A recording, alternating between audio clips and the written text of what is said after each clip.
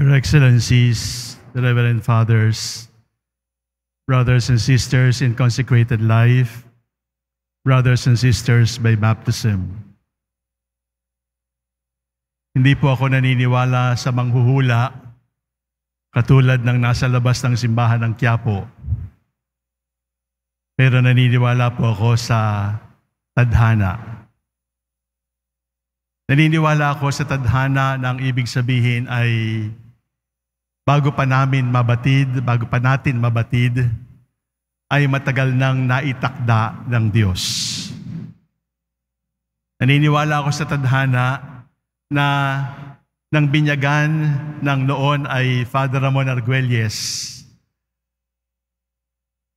ang Rufino Sescon Jr., ay alam na ng Diyos, bagamat hindi natin alam, na siya ay magiging pari at magiging rektor at kura paroko ng Quiapo. Ang tawag po doon ay tadhana. Subalit sa paglipas ng panahon, nakikita natin na hindi naman pala kagulat-gulat sapagkat sa loob ng kanyang pangalang tinanggap ng binyagan ay naroon at nakaguhit ang tadhana na itinakda ng Diyos. Ang pangalan po ni Father June ay Rufino kasi si Daddy Rufing ay junior ng kanyang tatay. Ang Rufino po ay galing sa Rufus.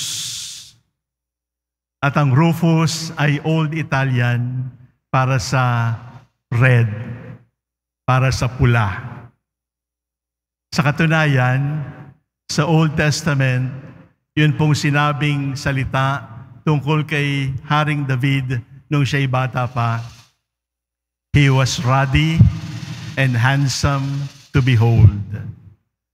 Ang ibig sabihin po ng ruddy and handsome ay gwapo na mamula-mula ang pisngi.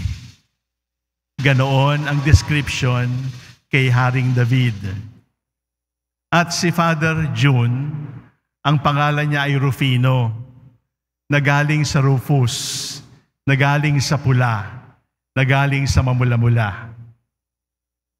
Di natin nakita na si Father June ay nag-aral sa Letran na Dugong Arriba. At pagkatapos ay nag-aral sa San Carlos, dala-dala ang pula ng Kardinal ng Milan na Carlos Borromeo. At pagkatapos ay tumira sa Villa San Miguel at pula ang kulay namin sa Villa San Miguel sapagkat kardinal ang nakatira doon. At pagkatapos ng manghabang panahon sa Villa San Miguel, ay naririto sa Quiapo, pula pa rin ang damit ng Nazareno at pula pa rin ang kulay ng Chinatown. Ang pula ay mahalaga sapagkat ang pula para sa Chinatown ay prosperity, swerte. Subalit bago naging swerte ang pula ay kulay ng pagmamahal ng Diyos. Sapagkat pula ang dugo na ibinuhos ni Jesus para sa ating kaligtasan. At pula rin ang apoy na tinanggap ng mga alagad noong araw ng Pentecostes. Dala-dala ni Father June sa kanyang sariling pangalan, yung Rufus, yung red, yung ruddy, mamula-mula sapagkat itinakda ng Diyos na ang kanyang buhay ay pula. Subalit, binigyan siya ng pangalan ni Daddy na Junior.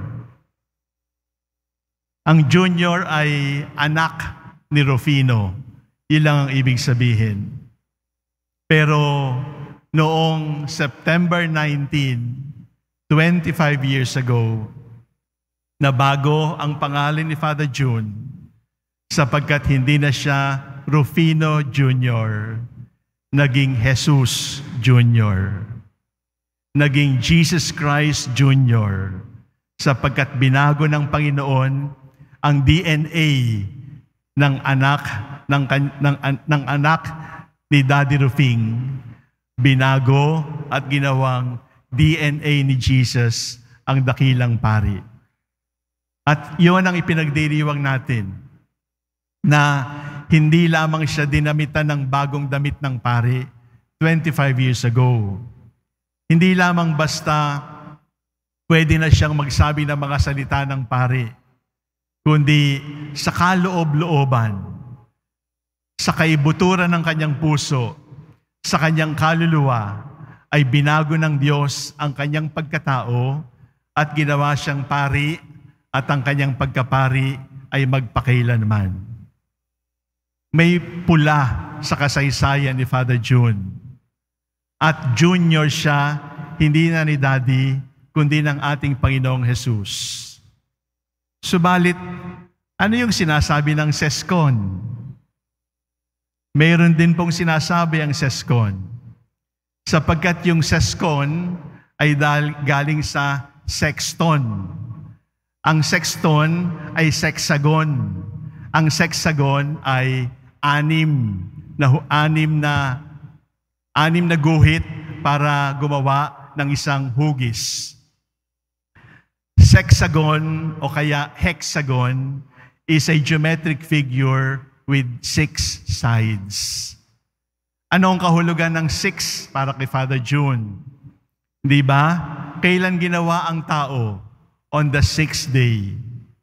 Ang ibig sabihin, pagkatapos ng 6th day, dumating ang araw ng Panginoon. At balikan natin ang Ebanghelyo ni San Juan, ilang tapayang bato ang nilagyan ng tubig na naging alak. There were 6 stone water jars. 6. Hindi ho 666. Iba yon. Pero yung 6 ay prelude to 7. Yung 6 ay prelude to the Lord's Day. Yung 6 stone water jars ay prelude to a great miracle about to unfold. Ang ibig sabihin, dala-dala ni Father June sa kanyang pagkatao na siya ay tagapaghanda lamang sa pagdating ng Lord's Day. Na siya ay tagapagdala lamang ng tubig. At sa salita ng Diyos, ang tubig sa 6 na tapayan ay magiging alak para sa kasalan. Ito ang tadhana. Tadhana na isinilang siya bilang pula. Pula ng Espiritu Santo, pula ng dugo ng pagmamahal, at pula ng swerte sa mga Chinoy. Ito yung kanyang daladala. Dati junior ng kanyang tatay, ngayon ay junior na ng Panginoon. Ito ang kanyang daladala, 6 sa kanyang pangalan. Sapagkat sa 6th day, hinatid tayo sa Lord's Day. Sapagkat sa 6 stone water jars, ay hinatid tayo sa 6 jars of overflowing wine. Bakit ko inilalahad sa inyo ang tadhana na sa wari ko ay isinulat ng Diyos simula't-simula pa ang panahon? Kasi po, habang nagpapasalamat si Father June sa kanyang pagkapari, hindi ba kung tutuusin, lahat naman tayo pwedeng bigyan ng pangalang Rufino Sescon Jr. Na tayong lahat ay sinilang mula sa dugo ng tagilirang sinibat ng Panginoon, sinibat ng sundalo, sinibat sa tagiliran ng Panginoon. Di ba tayong lahat ay sinilang mula sa pulang apoy ng Espiritu Santo? At tayo namang lahat, kung mayroon tayong pula na pag-asenso at pag-unlad, ay dahil din sa awa ng Diyos. At hindi lamang junior si Father June dahil siya'y pare, sapagkat tayong lahat ay alter Christus din, sapagkat tayo ay bininyagan. At tayong lahat, kahit anong gawin natin, hindi tayo magiging 7. Sapagkat kulang tayo palagi sa pagiging 7. Sapagkat tayong lahat ay nangangailangan ng pang-7 ang Diyos. Na tayong lahat ay nangangailangan ng pang-7. Tubig lang ang kaya nating gawin. Subalit alak ang kayang gawing himala ng ating Panginoong Hesukristo. ang kwentong buhay ni Father June bilang pari ay kwentong buhay din para sa ating lahat. At minamahal na Father June, salamat sa pula ng dugong handog mo sa Panginoon. Salamat sa pula ng pag-ibig mo sa Diyos, sa bayan at sa simbahan. Salamat sa pula sa pagiging pastol, kapatid ng bayan ng Diyos dito sa Quiapo, dito sa Chinatown. Salamat sa iyong pagtanggap na palitan ng Diyos ang iyong pagkatao upang si Kristo na ang kikilos sa iyo at hindi na ang anak ng iyong mga magulang. Salamat sa pagiging anim para sa amin. Sapagkat sa pagiging anim mo, alam namin, darating at darating ang pampito, ang araw ng Panginoon, ang pagbabago ng tubig upang maging alak, sapagkat marami pang himala ang naghihintay dahil sa iyong pagkapari. Father June, maraming salamat. Hihintayin namin ang marami pang taon ng paglilingkod. At sana, tuwing maaalala ka namin, maaalala din namin na kami man ay pula. Maalala namin na kami man ay junior lamang ng Diyos. Maalala namin na kaming lahat ay tagapaghanda sa pangpitong araw, ang araw ng Panginoon. Father June, maraming salamat.